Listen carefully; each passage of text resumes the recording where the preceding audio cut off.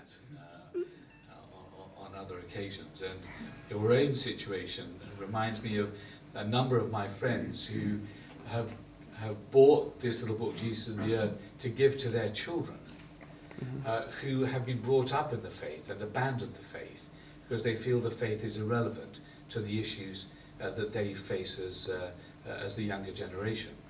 And their path is similar to yours, of recognizing the earth is important, but just not seeing that the church is speaking credibly into those issues.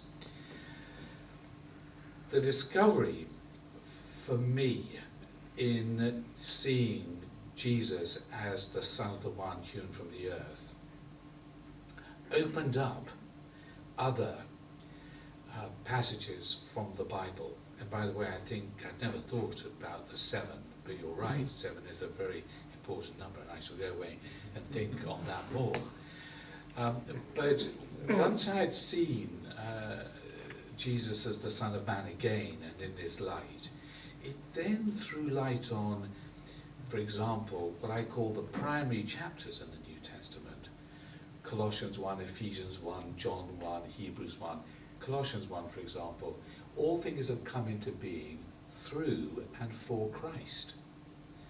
Now, up until that moment, I would have said, and still do say, that the focus of my Christian faith is Jesus.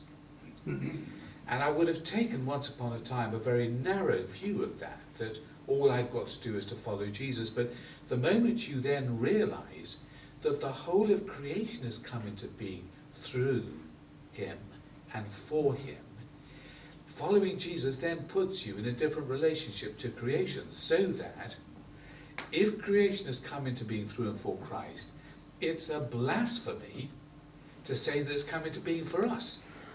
And I met with a number of politicians from America. The Foreign Office asked me if I would meet them. And this very senior person from the Senate said to me, he said, "Oh," I said, "Bishop, but the Bible tells us, stewardship, everything has come into being for us." And I said, "No, it hasn't. The Bible says everything has come into being through and for Christ. To say it's come into being for us, to indulge ourselves in, is to dethrone Christ, and actually to blaspheme, and worse, to desecrate creation, is not just a crime against humanity, it is a blasphemy because it is to undo the creative work of God in and through Christ himself.